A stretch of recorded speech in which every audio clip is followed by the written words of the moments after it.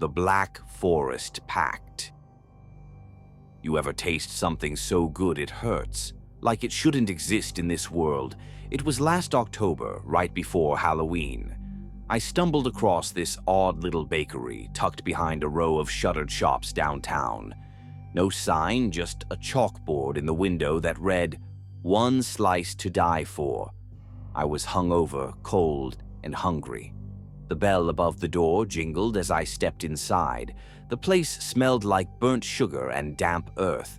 An old woman stood behind the counter, motionless, with a cake covered in glossy black cherries and dark chocolate curls sitting like a crown in front of her. "Black Forest," she croaked, eyes locking with mine. "Family recipe. First slice is free, but you must finish it." I don't know why I didn't walk out. Maybe it was the smell, or maybe it was the way the cake seemed to pulse under the glass dome, like it was alive. I took the slice she handed me. Thick, rich, almost bleeding with cherry syrup. One bite and my knees nearly buckled. It was ecstasy. I devoured it, scraping the plate clean. When I looked up, she was gone. The bakery was empty. No back door, no sound. Just me and a fading echo of the bell. I left, dazed. That night I dreamed of the cake. No, I relived it, over and over. The smell, the taste, the way it filled my mouth like velvet and ash. Then came the hunger. Regular food turned to ash on my tongue. Sweet things, fruit, chocolate, even syrup, tasted like rot. My fridge filled with untouched leftovers, my trash with failed attempts at baking. The only thing that soothed the gnawing inside me was Black Forest cake, but no recipe I found could match hers. I tried everything: imported cherries, bitter chocolate, even animal blood in a moment of madness. Nothing worked. I started losing time, waking up with cherry stains under my nails, chocolate smears on my lips. One morning I found a half-eaten slice on my table. I live alone. Then came the note: "You finished the slice. Now finish the debt." I don't know what I owe, but tonight's the 7th night and I feel it coming, something sweet and rotten clawing its way out from inside me. I can smell it in my breath, taste it in my teeth. If you ever see that bakery, don't go in, don't take the cake, and whatever you do, don't finish the slice. The Howling Dunes. I never should have taken that side road through the Sonoran Desert, but the main highway was backed up for miles, and my GPS swore this alternate route would shave off 2 hours. By the time I realized how wrong that was, the sun was bleeding into the horizon, and I hadn't seen another car in over an hour. The desert at dusk feels like something ancient wakes up as the light dies. The silence gets thicker, heavier. I rolled down the window to let the heat escape and was hit with a strange smell, like dried blood and rotting sagebrush. It wasn't just heat shimmer playing tricks. Something felt off. I came up on a weather-beaten sign half buried in sand. La Boca del Diablo, 4 miles. I didn't speak much Spanish, but I knew enough. The devil's mouth. My stomach twisted, but I kept driving. What else could I do? Not 10 minutes later, the car sputtered, then died completely. Battery light, gas gauge still halfway. Everything else dead. No signal on my phone. I popped the hood, not that I knew what I was looking for, and that's when I heard it. A low, guttural howl. Not coyote, not wind. This was deeper, hungrier. I told myself it was just the desert cooling down, shifting sand maybe. I got back in the car, locked the doors, and waited. That's when the knocking started. Not on the window. Underneath the car, tap, tap, tap. I didn't move. My hand hovered over the door handle. Then the whole car shook violently, like something massive had slammed against it from below. I screamed and jumped out, sprinting into the open desert with nothing but a flashlight in panic. I ran until my legs gave out. When I turned back, my car was gone. No tracks, no lights, nothing but endless sand and that rising howl, now circling me. That's when I saw the hands. Not human. Elongated fingers made of something like sun-bleached bone, reaching out of the dunes around me.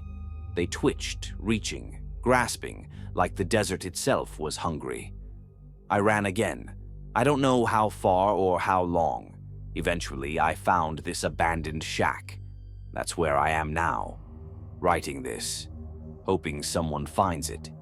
Because it's still outside, scratching at the walls, whispering in voices that sound like people I knew. My dad, my ex, my own voice crying for help. I don't think I'll make it through the night. The desert doesn't want me to leave. It eats people like me. If you ever see that sign, La Boca del Diablo, turn around, or you'll be next. The thing beneath the sand. They say the desert is empty, but that's a lie. The desert is full of silence, full of secrets, full of things that don't want to be found. I learned that the hard way. It started with a camping trip. Just me and a borrowed 4x4, driving deep into the Mojave for a little solitude. I wanted space to think, to breathe. My life had started to feel like static, endless noise and no meaning.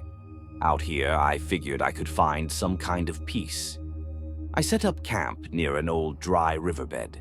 The sand was coarse, the kind that grinds between your teeth when the wind picks up. But the night was calm, cold, but still. Stars burned brighter than I'd ever seen. Around midnight, I heard something, soft, like a sigh carried on the wind. I froze in my sleeping bag, ears straining.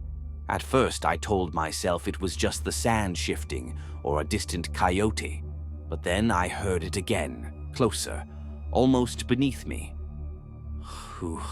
A breath, not mine. I scrambled out of the bag, heart racing. The desert stretched around me, silent and vast. My fire had burned down to glowing coals. I shone my flashlight across the riverbed. Nothing. But the ground. It looked different, like something had disturbed it. I saw a shape, small, almost human. Just for a second before it slid below the sand like it had never been there. I didn't sleep the rest of the night. In the morning, I told myself I was just tired, hallucinating maybe, sunstroke. But I saw the prints. They weren't animal tracks. Long, dragging marks like fingers or claws circled my camp. The sand looked peeled back like it had been opened. I packed up fast, but the truck wouldn't start. Dead.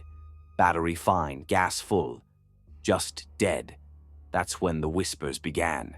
They didn't come from the wind. The wind stopped. Everything stopped. No birds, no bugs.